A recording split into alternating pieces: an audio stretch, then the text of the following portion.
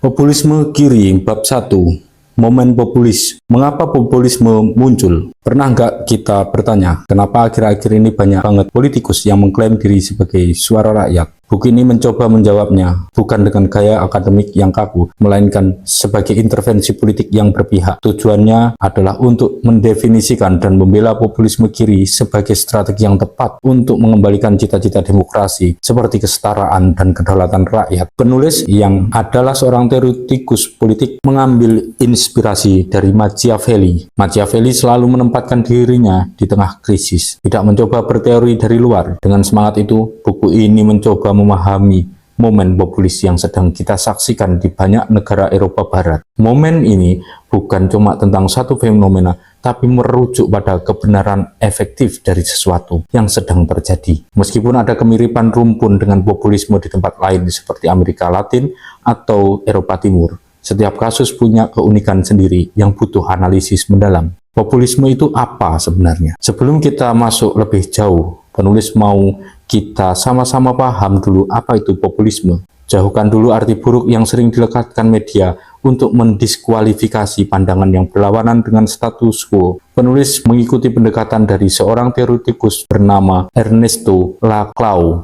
Menurut Laclau, populisme adalah strategi wacana untuk membuat batas politik yang membagi masyarakat menjadi dua kubu, rakyat atau kaum underdog melawan penguasa atau those in power. Jadi, populisme itu bukan ideologi, bukan juga program politik tertentu. Populisme juga bukan sebuah rezim politik. Ini adalah cara berpolitik yang bisa muncul dalam berbagai bentuk ideologi, tergantung tempat dan waktunya. Momen populis muncul saat hegemoni yang dominan sedang goyah akibat banyaknya tuntutan yang tidak terpenuhi. Dalam situasi ini, institusi yang ada gagal menjamin kesetiaan rakyat dan blok sosial yang mendukung tatanan yang ada mulai terpecah. Ini menciptakan kesempatan untuk membangun subjek kolektif baru yang bisa mengkonfigurasi ulang tatanan sosial yang dianggap tidak adil. Dari negara kesejahteraan ke pasca demokrasi, penulis menganggap kondisi krisis yang kita alami saat ini adalah momen populis yang sesungguhnya. Ini menandakan krisis dari hegemoni neoliberal yang mulai diterapkan di Eropa Barat sejak tahun 1980-an, menggantikan model negara kesejahteraan sosial demokrasi ala Keynesian yang dominan selama 30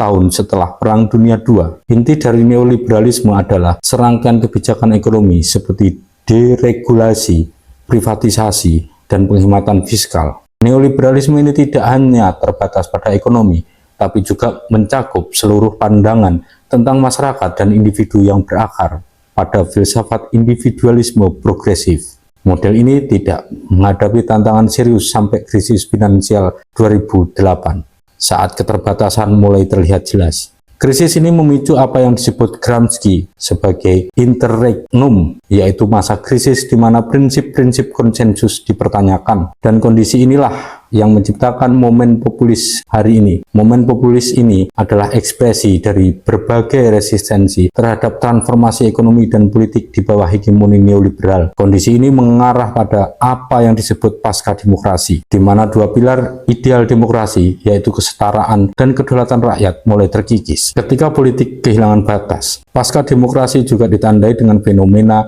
yang disebut pasca politik. Ini adalah kondisi di mana batas politik antara kanan dan kiri menjadi kabur. Partai-partai sosial demokratik dengan dalih modernisasi yang dipaksakan oleh globalisasi menerima kebijakan kapitalisme finansial. Akibatnya, peran parlemen dan institusi politik untuk mempengaruhi keputusan menjadi sangat terbatas dan pemilu tidak lagi menawarkan alternatif nyata. Pemerintah hanya berganti dari satu partai kanan moderat ke kiri moderat secara bergantian, seolah-olah tidak ada perbedaan berarti. Siapapun yang menentang konsensus ini dianggap ekstremis atau didiskualifikasi sebagai populis.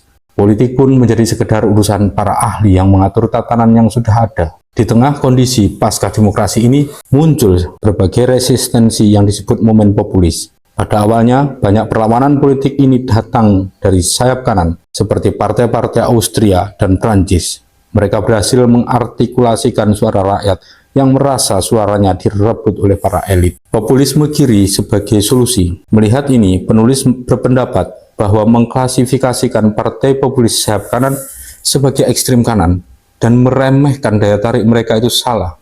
Strategi seperti itu memang bisa memuaskan secara moral, tapi secara politis melemahkan. Untuk menghentikan kebangkitan populisme sayap kanan, kita butuh jawaban politik yang tepat melalui gerakan populisme kiri.